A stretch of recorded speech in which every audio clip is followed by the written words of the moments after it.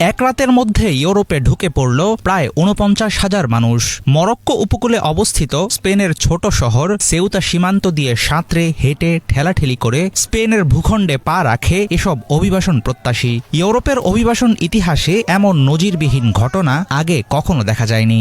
বিপুল সংখ্যক জনতার মানব স্রোত আছড়ে পড়তেই গোটা ইউরোপ জুড়ে হুলস্থুল পড়ে যায়। স্পেনের স্বরাষ্ট্র মন্ত্রণালয় ২৪ ঘণ্টায় ৪৯,০০০-এর বেশি মানুষের অবৈধভাবে সীমান্ত টপকানোর কথা জানালেও পরে সরকারি ওয়েবসাইট থেকে মুছে ফেলা হয় এই তথ্য।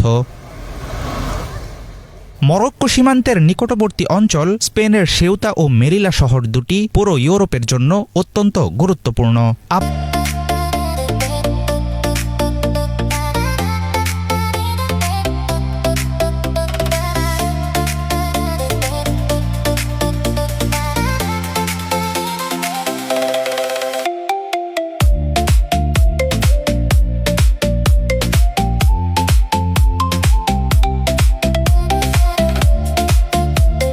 আফ্রিকা মহাদেশের সাথে ইউরোপীয় ইউনিয়নের একমাত্র স্থল সীমান্ত হওয়ায় এই দুটি শহর সবসময়ই মারাত্মক ঝুঁকিপূর্ণ। এখানে অভিবাসন প্রত্যাশীদের ভিড় লেগে থাকলেও একদিনে এত বিশাল সংখ্যক অনুপ্রবেশের রেকর্ড আর নেই। সীমান্তের ভয়াবহ অভিজ্ঞতা শেষে অনেকেই এখন হতাশা নিয়ে মরক্কোতে ফিরে যাচ্ছেন।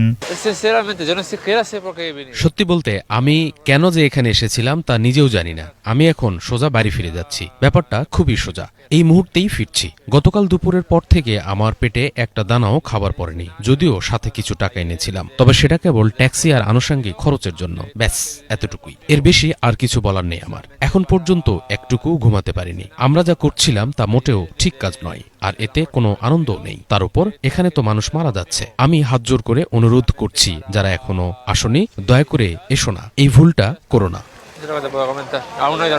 বর্তমান পরিস্থিতিতে চরম বিপর্যয়ের মুখে পড়েছে পুরো সীমান্তের নিরাপত্তা ব্যবস্থা।